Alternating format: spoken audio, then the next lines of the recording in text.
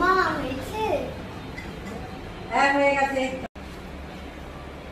হ্যাঁ মা এই যে হয়ে গেছে, এই দেখ দেখ ঠিক আছে, ভালো হয়েছে। খাই আগে না। এই দেখ কেমন হয়েছে।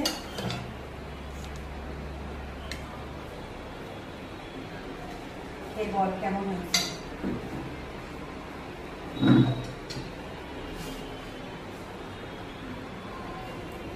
গরম আছে আস্তে আস্তে, ঠিক আছে। দেখি আমি একটু খেয়ে দেখি কেমন হয়েছে।